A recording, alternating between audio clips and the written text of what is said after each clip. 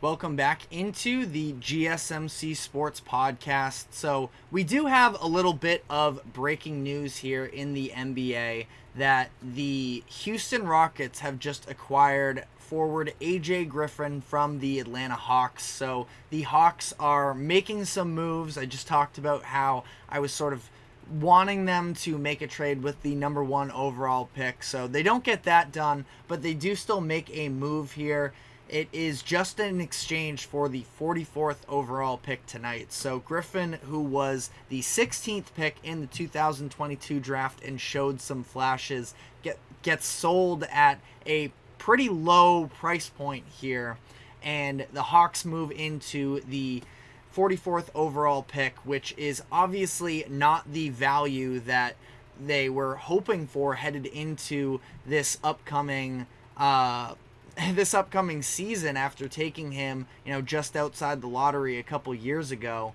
But, things just didn't work out for Griffin in Atlanta last year. Now, Griffin has a high upside, I would say, from an offensive perspective. He has a three-point shot that shows promise. Last year in the G League, when he got a lot of minutes there, 40% from three. So again, the Rockets kind of feel like are doing a really good job here, where I hope so badly that they don't screw this up by trying to make a deal trading for Kevin Durant, because that would just absolutely throw off the nucleus that they already have. And not just the nucleus of it, but they seem like they are on this rising path. I mean, they hadn't won 25 games in a season since James Harden was traded a number of years ago. And now finally you have one good season at 41-41, season 1 with Ime Udoka as the head coach. Don't throw it all away just to try and go chase after the star power of Kevin Durant. Now, I talked about this at length on my show yesterday, so I don't want to necessarily dive into this all once again, but it would be a lot more interesting for me if they were going to go after Devin Booker and try and make some sort of a deal there where, contracts-wise, you probably have to give up Fred VanVleet and some draft capital, and probably even like a Jalen Green as well, especially if you're going to be bringing in Devin Booker. But, overall here, I don't want to get too off topic, but the Rockets going out to make this kind of a move, I'm a big fan of, and we'll see whether or not AJ Griffin is able to get any sort of playing time. But before we get into the conversation around the Knicks, I want to look ahead to today. It is 2:44 right now as we're recording this, so we are just about an hour and 15 minutes away from round 2 of the NBA draft. So I want to look at some of the key players to keep an eye on. Of course, Bronny James is one of the biggest talking points in terms of this second round. Now, I would bet most of my money that he does end up getting selected. The fact that the Lakers have whatever it is, the 57th pick, I think no way he goes undrafted just off of the name itself. It is what it is, So I don't think it's being critical of him.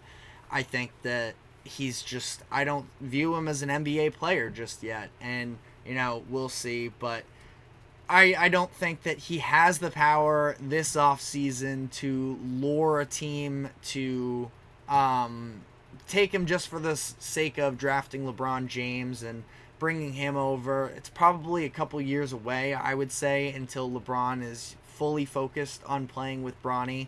He said he wanted it to be, his last year or so. I think he has a couple seasons left. So Bronny's going to be a talking point, but ultimately there are a lot more impact guys out there. And, starting with Johnny Furphy, who is a, guard, you could say wing from Kansas. Now, I was never a huge fan of Furphy, but there was a span in, January, February maybe even a little bit earlier than that. But when Furphy took over in the starting lineup for the Jayhawks this past year, he was lights out as a shooter, and he was maybe even at that time, when I was keeping up with mock drafts, he was thrown in there somewhere in the lottery conversation, and now he's fallen out of the first round entirely. And again, I'm not the biggest fan of him necessarily, but a lot of NBA scouts were high on him. Again, the scoring ability is something that has shown a lot of potential, and you're getting him at, 19 years old, whatever it is, coming off of his freshman season. Furphy could be somebody who could end up being a little bit of a steal in some scenarios. Kyle Filipowski is probably the overall biggest name that is still available for this second round. The big man from Duke that, of course, got into, I wouldn't say it was a controversy necessarily, but the whole court storming situation against Wake Forest, he was the one who got injured coming out of it. Now, ultimately, he played every game from there, so it was a little bit overblown in the first place, but interesting that Filipowski, I think, would have been a first rounder last year if he entered the draft. Instead, he comes back for a sophomore season at Duke and now is going to be a second round pick. But Filipowski, again, 6'11", he can absolutely provide something for a team just that is in need of a backup big. I feel like there are a number of teams, specifically in the Western Conference, that could very much benefit. I mean, this would be a situation I think I might love if the Thunder were to package some picks to try and move up early in the second round and take a swing at Filipowski, but definitely something to take into consideration there.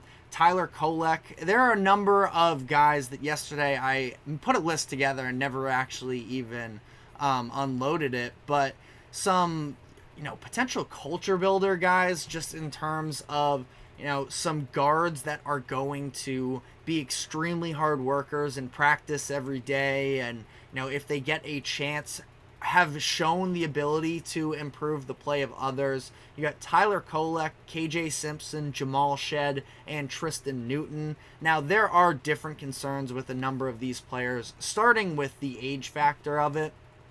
None of them, all of them have some years behind them. They're not the youngest of prospects that feel like they have this extremely high upside, but all of them are just kind of grinders. I think they do an excellent job of setting teammates up in the right positions. Now, size is definitely a concern for a number of these guys, specifically Kolek, Simpson, and Shed, I would say. Newton is a little bit more, the athleticism is a little bit questionable there as well.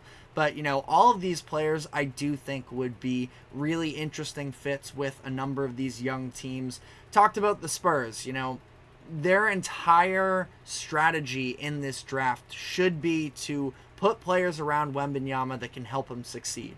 Stephon Castle was a great pick for them in the first round, and I fully support that decision. But part of the issue with Castle, and he's a good passer and everything, we don't know if he necessarily is going to translate to be a traditional point guard like he hopes. I think trying to go out and get Kolek, who might be the best passer in this draft, the Spurs pick at number 35, I mean, that might be a great situation for them to go out and get somebody who can set the table a little bit for Wembanyama. I think that Kolek would be, out of the names that I just put out there, probably the highest floor, maybe even, or just the player I would most likely have to succeed.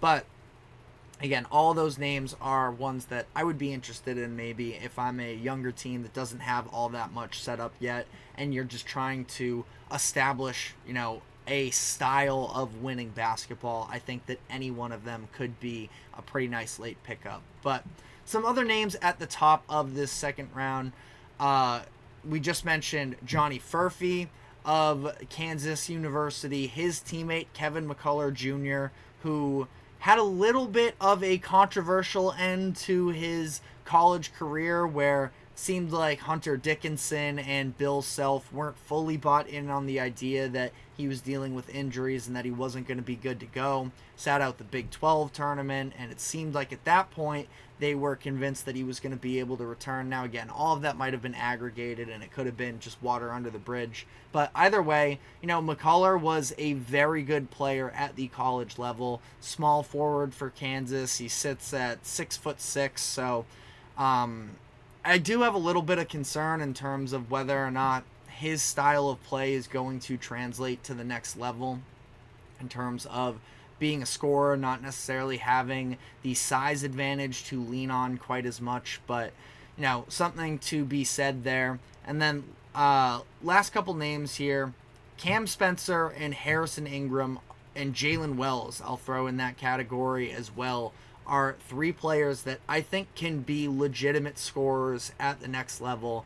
And they are older players, don't necessarily have this elite athleticism, but I think they have all the offensive fundamentals necessary to be able to play in the NBA. And I think I would be very interested if I am, a semi-contending team that wants to get a player that could actually fit in a rotation and, again, provide shooting, which is what the NBA is all about nowadays. Any of those options would be very interesting to me. But let me know in the comments section. There are still a number of other guys that I haven't even gotten to yet. We're just sort of running out of time here. But Bobby Klintman, prospect out of Sweden, has a lot of scouts excited. Adam Bona, Tyler Smith. Smith was a G League Ignite player. Again, a number of still notable guys out there, which is why I don't think that Bronny James is going to, be selected early on in this second round just for the sake of what asset he could be, because there are some players that can legitimately impact games possibly. So let me know who you are highest on out of the remaining prospects. But we are now going to be diving into the New York Knicks, who just yesterday signed OG Anunoby to a new contract, and talk about the overall situation with New York moving forward here, as they seem to be pushing their chips in on competing this upcoming season. So stick with us, and we will be right back after this quick break.